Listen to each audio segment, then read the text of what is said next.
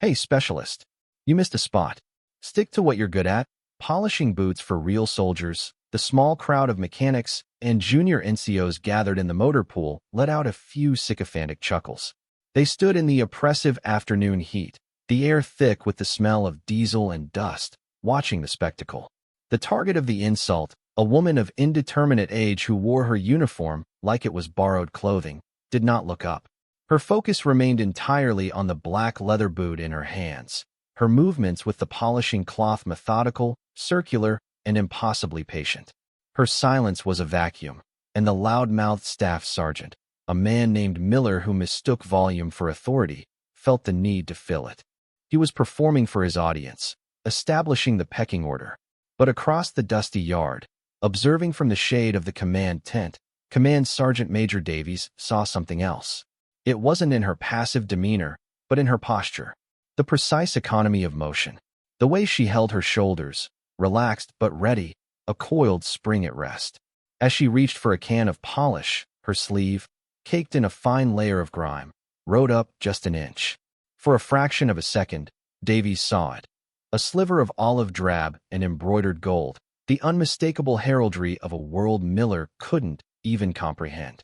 If you believe competence is proven, not proclaimed, type proven below. Staff Sergeant Miller, emboldened by her lack of reaction, continued his tirade. He saw a quiet, unassuming support soldier, a classic rear echelon type, and he appointed himself the voice of all the real grunts. Some people are shooters, and some people are support, he pontificated, walking around her small workstation as if he were an instructor inspecting a trainee. No shame in it. We need our boots shined, our trucks fueled. Just know your place. Her place, at that moment, was a state of profound calm.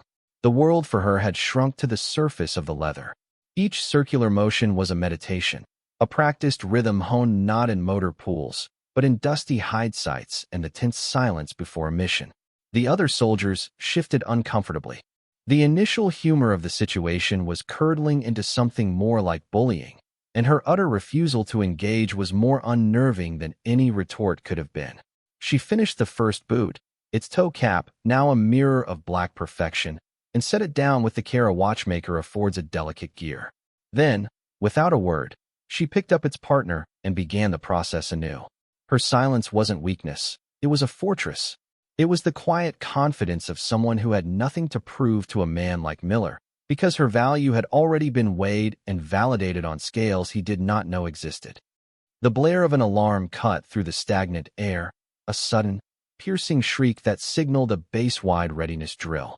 A voice crackled over the motor pool speakers, simulated IED strike, grid reference Delta Niner.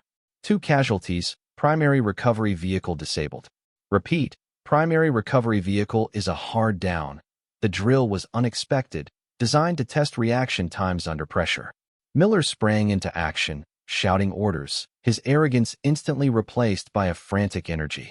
The backup vehicle, a relic of a truck designated for emergencies, wouldn't start. His men crowded around the engine, a chaotic mess of yelling and fumbling with tools. Panic began to set in as the exercise clock ticked down, each second representing a failure. It was in that moment of rising chaos that the boot-shining specialist stood up. She set her brushes down with methodical grace, her movements an island of calm in a sea of frantic motion. She walked towards the dead vehicle, her pace unhurried, deliberate. Miller, his face slick with sweat and frustration, barely noticed her approach until she was standing beside the engine block, her shadow falling over the tangled wires he was failing to comprehend. He was about to shout at her to get back, to stay out of the way of real work, but the order died in his throat. She didn't ask for permission. She simply reached into the engine compartment, her hands moving with a surgeon's precision. Her eyes scanned the archaic machinery, not with confusion, but with a deep, almost instinctual understanding. The other mechanics, tools in hand, fell silent and stepped back, their own incompetence creating a space for her to work. Miller watched, stunned, as she diagnosed the issue in less than 10 seconds. It wasn't the ignition, it was a faulty fuel pump relay, a common problem in these older models for anyone who knew what to look for. She reached into her pocket and pulled out a simple, metal paperclip. With a deft movement, She bent it into a U shape and inserted it into the relay socket, creating a perfect bypass. Then, she took two loose wires from the ignition column, stripped their ends with her teeth in a single, fluid motion, and touched them together.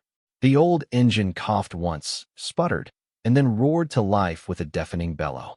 The entire action took less than 30 seconds.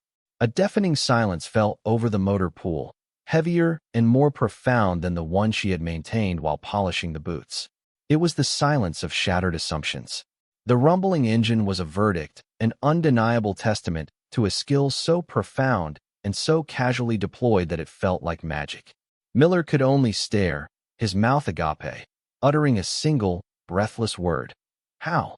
Command Sergeant Major Davies emerged from the shade of the tent, his stride as deliberate as hers had been.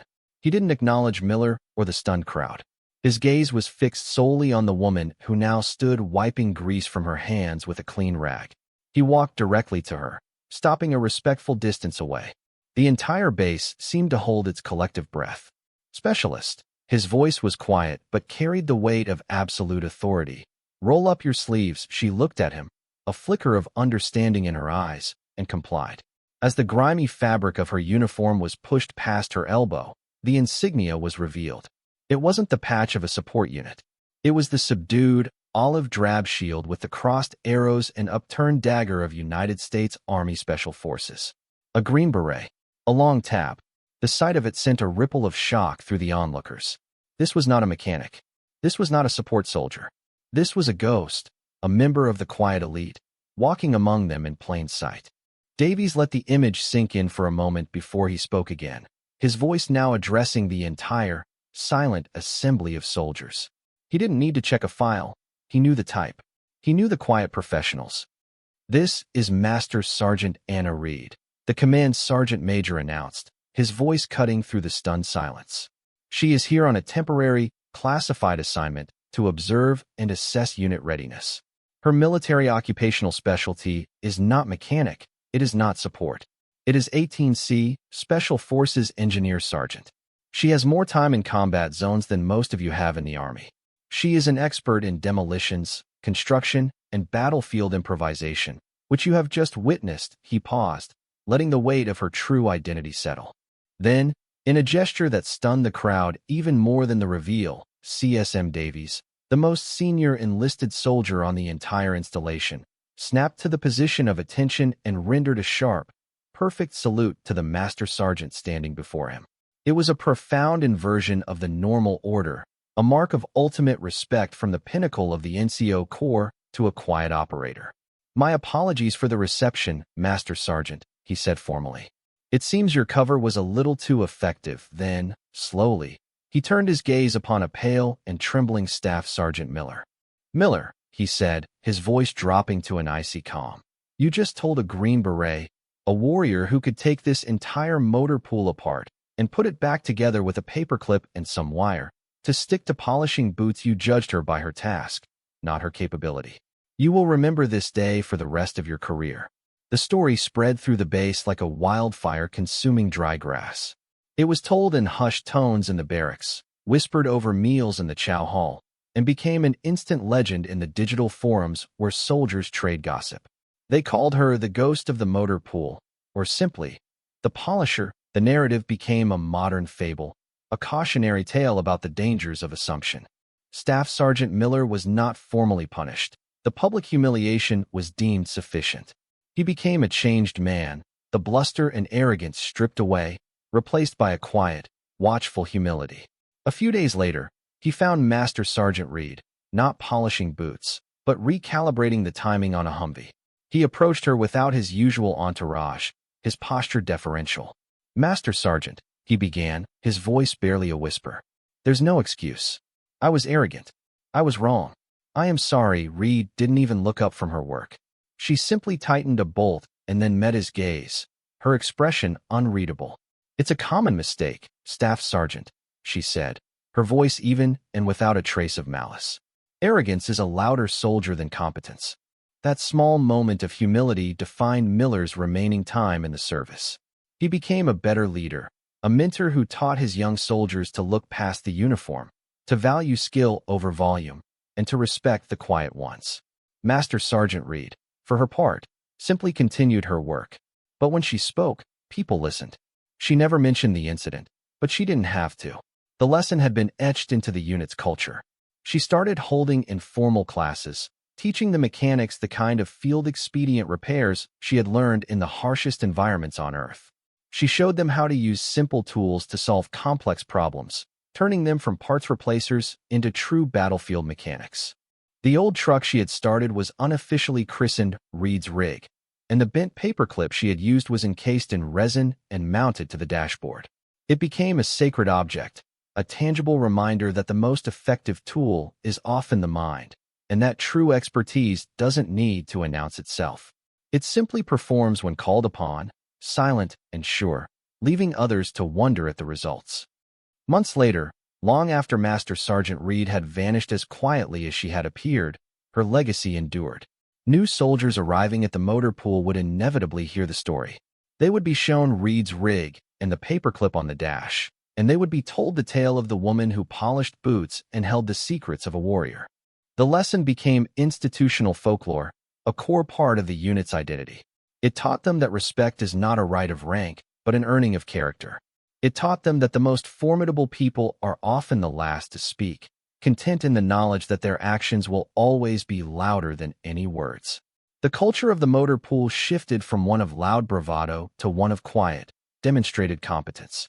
The mechanics worked with a new focus, their pride found not in boasts, but in the hum of a perfectly tuned engine and the readiness of their vehicles. They learned the lesson that Miller had learned the hard way: never assume you know who you're talking to. True strength is not broadcast, it is demonstrated. It is the calm hand that solves the crisis while others are shouting. It is the quiet mind that sees the solution hidden in plain sight. Master Sergeant Reed was more than just a soldier. She was a living embodiment of the professional ethos. She never sought recognition. She never demanded respect. She simply was who she was. And in doing so, she reminded an entire base that a person's worth is not measured by the patch on their shoulder or the task in their hands, but by the depth of their character and the steel of their competence. Her legacy wasn't in the stories they told about her, but in the standard they began to hold for themselves. For more stories where quiet competence triumphs over loud assumption and where true strength defines their worth, subscribe to Unknown Heroine Stories.